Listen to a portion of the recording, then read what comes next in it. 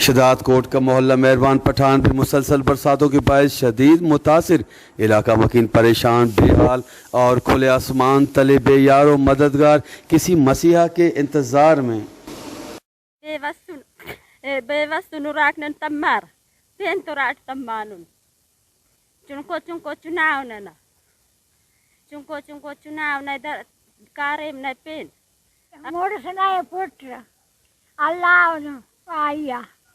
जागा भी अफकाने नारे दारे सुनो मुस्फात और सर कहनो कने चढ़ा अफकाने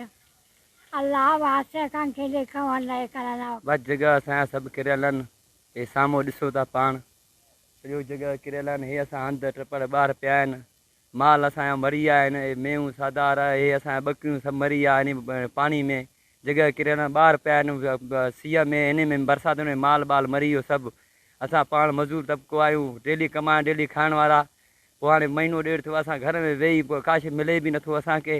डीसी ताणी चऊं था डीसी गर्ज़ था कयूं त मिली असां महिरबानी करे असां ग़रीबनि जो असां महिरबानी पठान ॻोठ में वेठल आहियूं सम्झो न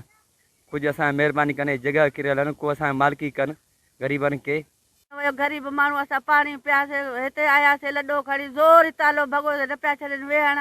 ॿारनि खे दस्त उल्टी असांजा ॿार बीमार असां पाण पिया मरीज़ थी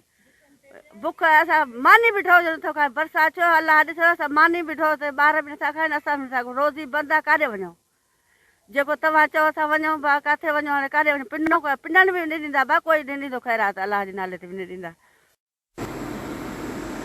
मोहल्ला मेहरबान पठान में 20 से जायद घर ज़मीन बोस हो गए जबकि कई अफराद जख्मी भी हो गए। आज इलाका मकीन मुंतखब नुमाइंदों समेत मकामी और ज़िले इंतज़ामिया की जानिब से मदद के मुंतज़िर। कैमरा टीम के साथ गुलाम अली ब्रावई, वश टीवी शदात कोट।